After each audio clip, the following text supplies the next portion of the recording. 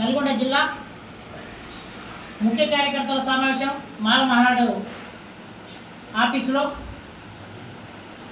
మాల ప్రజా సంఘాల JAC chairman G Chennaiah గారి నాయకత్వంలో ఈరోజు ఇక్కడికి విచ్చేసినటువంటి ముఖ్య అతిథులుగా కోకన్నర్గా బేర బాలకృష్ణ గారు, మేక వెంకన్న గారు, అదేవిధంగా బూర్గుల వెంకటేష్ గారు, గోపోజ్ రమేష్ గారు రాష్ట్ర నాయకులందరూ కూడా ఇక్కడికి రావడం జరిగింది. ఎస్సీ వర్గీకరణకు వ్యతిరేకంగా సుప్రీంకోర్టు ఇచ్చినటువంటి జడ్జిమెంట్ని తిరస్కరిస్తూ, వ్యతిరేకిస్తూ, వెనక్కి తీసుకోవాలని డిమాండ్ చేస్తూ మరి చందూరు ఎమ్మెల్యే శాసనసభ్యులు వివేక్ వెంకటస్వామి గారి నాయకత్వంలో ఎమ్మెల్యేల టీం అందరూ కూడా ఒక అడుగు ముందుకేసి మాలలకు సపోర్ట్గా నిలబడేందుకు వారికి హృదయపూర్వక ధన్యవాదాలు తెలిపిస్తా ఉన్నాం. అదేవిధంగా మాల ఉద్యోగస్తులు బయటికి రాని తరుణంలో ఇప్పుడు రాకపోతే మేము ఎప్పుడు రాలేము, మా పిల్లల భవిష్యత్తు పరిశ్రాంతకమవుతుంది, క్రిమినల్ వచ్చింది కాబట్టి మేము బయటకు వస్తున్నామని చెప్పి వచ్చినటువంటి మాల ఉద్యోగస్తులకి మరొకసారి ధన్యవాదాలు తెలియపరుచుకుంటూ మేము రాష్ట్ర వ్యాప్తంగా సన్నాహక సమావేశాలు పెట్టి మరి మా ఎమ్మెల్యేలు తీసుకున్న నిర్ణయాన్ని మేము ముందుకు తీసుకుపోయే కార్యక్రమంలో భారీ బహిరంగ సభను విజయవంతం చేయడం కోసం రాష్ట్రంలో ఉన్నటువంటి సంఘాలన్నీ కూడా ఐక్యం అవుతూ మరి సన్నాహక సమావేశాలకు బయలుదేరే ముందు నల్గొండ జిల్లాలో మొట్టమొదటిసారిగా మరి చైర్మన్ గారు రావడం జరిగింది. వారికి నల్గొండ జిల్లాకి సాదర స్వాగతం పలికాము ఇక్కడ కో చైర్మన్లు అందరూ కూడా.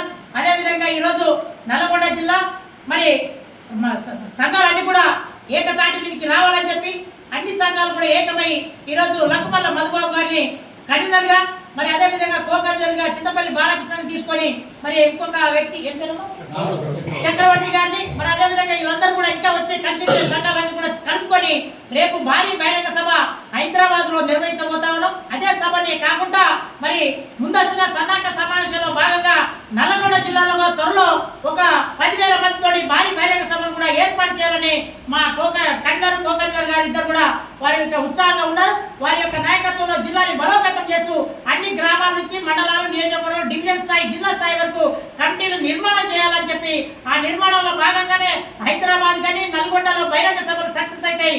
మేమెంతో మా వాటంతా అనే నినాదం కాకుండా మేము పెరిగిన జనాభా తమాషా ప్రకారం రిజర్వేషన్లు పెంచమని అడుగుతా ఉన్నాం. పెరిగిన జనాభా తమాషా ప్రకారం పెంచండి, ఎంపరికల్ డేటా తీసుకోండి. ఎంపరికల్ డేటా తీసుకొని ఏ సామాజిక వర్గం అయితే, ఏ అయితే ఉపకులాలు అయితే వెనకబడినాయో వాళ్ళకి సపరేట్ ప్యాకేజీ ప్రకటించండి. అదేవిధంగా పెరిగిన జనాభా తమాషా ప్రకారం రిజర్వేషన్ 15 నుంచి 30% పెంచండి. కానీ ఈ ఎస్సీ వర్గీకరణ వెనక్కి తీసుకునేదాకా నా పోరాటం ఆగదు, ఈ పోరాటం చేస్తాం. అదేవిధంగా సబ్ కమిటీని కూడా రద్దు చేయాలని చెప్పి కోరాం. అదేవిధంగా సుప్రీంకోర్టు జడ్జితో ఒక కమిషన్ ఏర్పాటు చేయాలన్నాం. మన ఉషా మేరా కమిషన్ వ్యతిరేకంగా పనిచేసింది, మాకు రామచంద్రరావు కమిషన్ వ్యతిరేకంగా పనిచేసింది. అన్ని కమిషన్లు కూడా మాకు వ్యతిరేకంగా ఆ ప్రభుత్వంలో వాళ్ళ అనుకూలంగా మరి డేటాను తీసి వారి యొక్క డేటా మాకు వ్యతిరేకంగా మాదిగలు 10 లక్షలు ఎక్కువ ఉన్నారని చెప్పి రాయటం వల్ల లెక్కల్లో కూడటం వల్ల తప్పు జరిగింది. కాబట్టి నిజంగా సిట్టింగ్ జడ్జితో ఎంపరికల్ డేటాను కనుక తీయగలిగితే, సమగ్ర సర్వే కనుక తీయగలిగితే, కులగణన కనుక చేయగలిగితే ఏ సామాజిక వర్గం అయితే వెనకబడినదో ఆ వారికి సపరేట్ ప్యాకేజ్ చేసి వాళ్ళని ముందుకు తీసుకురండి. పెరిగిన జనాభా తమాషా ప్రకారం రిజర్వేషన్ పెంచమండి. ఎస్సీ వర్గీకరణ అవసరం లేదు.